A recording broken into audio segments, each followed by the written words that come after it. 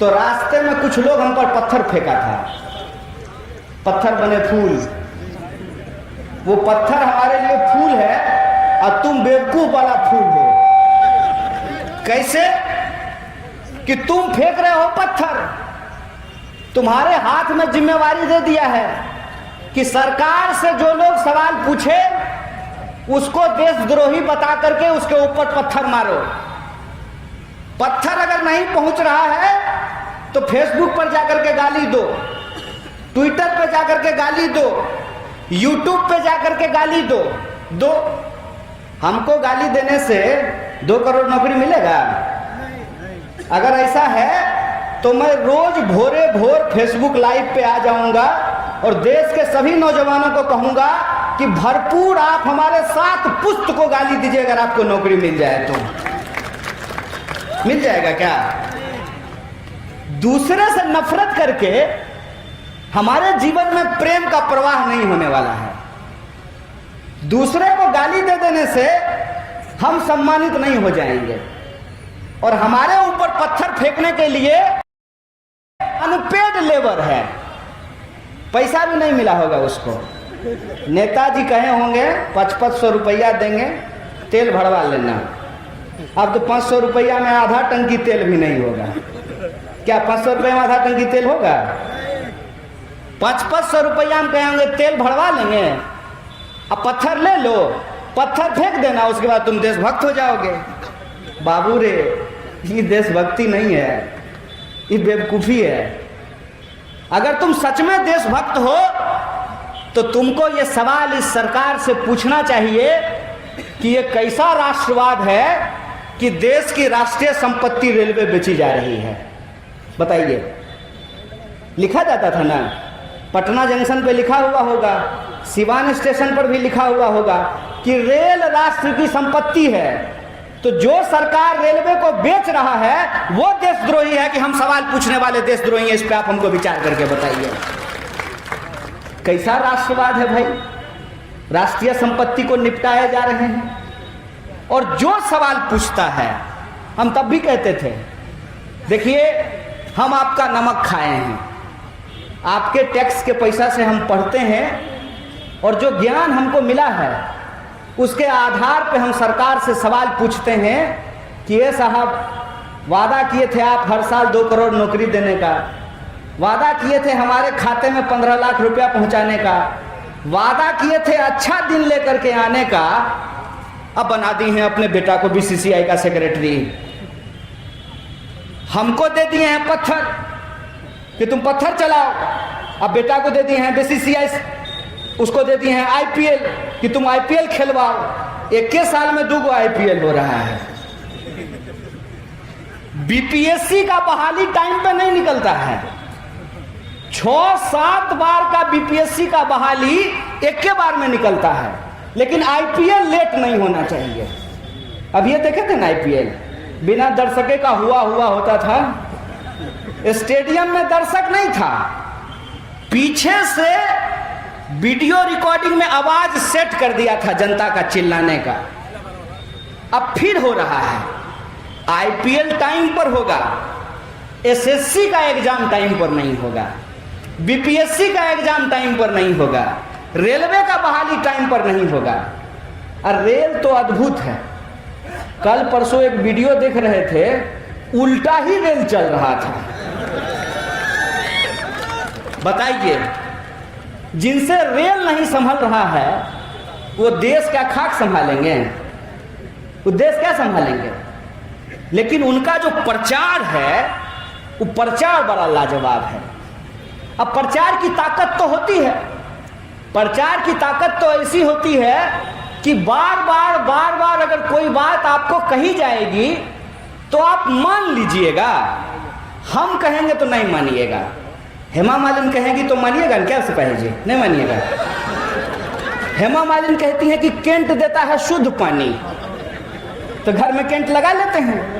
हेमा मालिनी कह रही है ना, कोई कन्हैया कुमार कह रहा है कि नहीं लगाएंगे। हेमा मालिनी बोली हैं ड्रीम गर्ल, तो लगा लेंगे कैंट का पानी, शुद्ध देगा। शुद्ध है कि नहीं है ये मालूम नहीं है। कोई आकर के कह दिया ठंडा मतलब कोका कोला, पिए जा रहे हैं। अब माँ कह रही है कि बेटा छाछ पी लो, लस्सी पी लो, तो लस्सी पिएंगे जी, उसमें क्या है, कोका कोला पिएंगे तो जो है, काहे कि कोहली बोला है कि कोका कोला पी लीजिए, कोहली बोल रहा है ना, तो पी लेंगे। प्रचार में ताकत तो होती है, नहीं होती है, हैं? आप में से कितना लोग फेयर एंड लवली लगाए हैं? लगाए हैं ना, मुंह गोरा हुआ। प्रचार में ताकत होती है। तो इस देश में हमने एक ऐसा सरकार चुना, वो घड़ी डिटर्जेंट की तरह नहीं है, पहले इस्तेमाल करें फिर विश्वास करें, ऐसा नहीं। प्रचार पे हमने एक सरकार चुन दिया है। प्रचार पे कोई ये पूछने को तैयार नहीं है कि उस प्रचार की हकीकत क्या है। क्या सच में फेयर एंड लवली लगाने से मुंह गोरा होता है?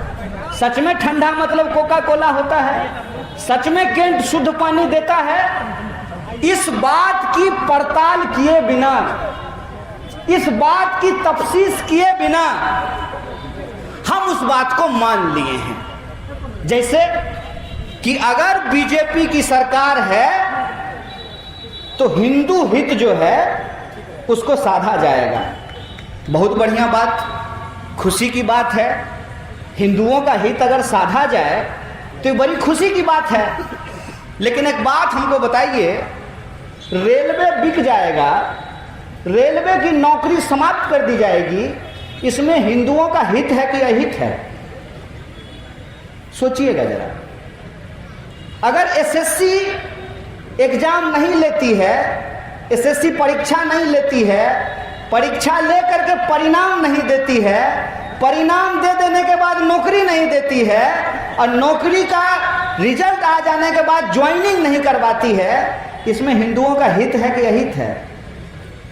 देश की राष्ट्रीय संपत्तियों को अगर बेच दिया जाता है, औने पौने दामों में बेच दिया जाता है, इसमें हित है कि अहित है? इस देश की जनता अपने सवालों पर पहुंचे, अपने सवालों पे हम विचार कर सकें, उससे पहले ही एक नया शगुफा छोड़ दिया जाता है। आज हमसे सिवान के एक पत्रकार ने पूछा कि मोदी जी दाढ़ी बढ़ा लिए हैं, इस पे आप क्या कहना चाहते हैं? हम बोले इसका क्या मतलब है? मोदी जी दाढ़ी बढ़ा लें कि मोदी जी माथा मुड़वा लें कि आधा माथा मुड़वा लें, उसमें हल्दी चुन्ना लगवा लें, हैं कि भौवा मुड़वा लें किसी दिन, वो इससे देश को क्या लेना देना है? ऐसा है क्या कि जैसे उनकी दाढ़ी बढ़ेगी उसी हिसाब से इस देश में रोजगार के अवसर बढ़ने शुरू हो जाएंगे? ऐसा है क्या कि जैसे उनकी दाढ़ी बढ़ेगी वैसे ही आपकी आमदनी बढ़नी शुरू हो जाएगी? इसका क्या मतलब है? मोदी जी मोर को खाना खिलाते हैं, मोदी जी सुग्गा को अपने हाथ पे टहलाते हैं, इससे हमको क्या लेना देना है? ये देश का मुद्दा है क्या? फिर हमको लगता है कि धीरे धीरे हमको इसकी आदत लगाई जाती है। जो बात पहले अखबार के आखिरी पन्ने पे हुआ करता था कि किस हीरोइन का किस हीरो के साथ चक्कर चल रहा है, ये अखबार के आखिरी पन्ने पे हुआ करता था, वो आखिरी पन्ने का खबर देश के अखबार के पहले पन्ने पे पहुंच गया, और जो खबर को अखबार के पहले पन्ने पे होना चाहिए था वो खबर को अखबार से गायब कर दिया गया है। हमारे बहुत सारे मित्र जो भाजपा के समर्थक हुआ करते थे, वो आजकल आकर के हमसे बात करते हैं और कहते हैं कि तुम्हारी बात पहले हमको ठीक नहीं लगती थी, अब ठीक लगती है। तो हम बोले कि हमारी बात तुमको पहले ठीक क्यों नहीं लगती थी? तो बोला कि तुम जब बोलते थे ना तो मेरी भावना आहत हो जाती थी। हम बोले हम समझते हैं दोस्त, दिल है तुम्हारा, पर तुमने दे दिया है इसको, एक झूठे को। वो झूठा वादा करके तुम्हारे दिल को चुरा लिया है, तुमने दिल उसको दे दिया है। कोई बात नहीं है, तुम्हारे प्यार का हम सम्मान करते हैं। क्यों कहावत है ना, दिल आया गधी पर तो परी का क्या करें। दे दिए दिल, कोई बात नहीं है, दिल का हम सम्मान करते हैं। माँ बाप भी जब कहते हैं ना पढ़ लो, समय बर्बाद मत करो, प्यार मोहब्बत के चक्कर में मत रहो, तो हम लोग भी कहाँ मानते हैं। दिल का मामला है। लेकिन आपके पास सिर्फ एक दिल ही नहीं होता है, एक दिमाग भी होता है। दिल आप दे दिए हैं, कोई बात नहीं है, दिमाग से हर बार आप इस बात को सोचिएगा कि हम कहाँ जा रहे हैं, देश किस ओर जा रहा है, समाज किस ओर जा रहा है, और इसमें हमारी क्या भूमिका होनी चाहिए।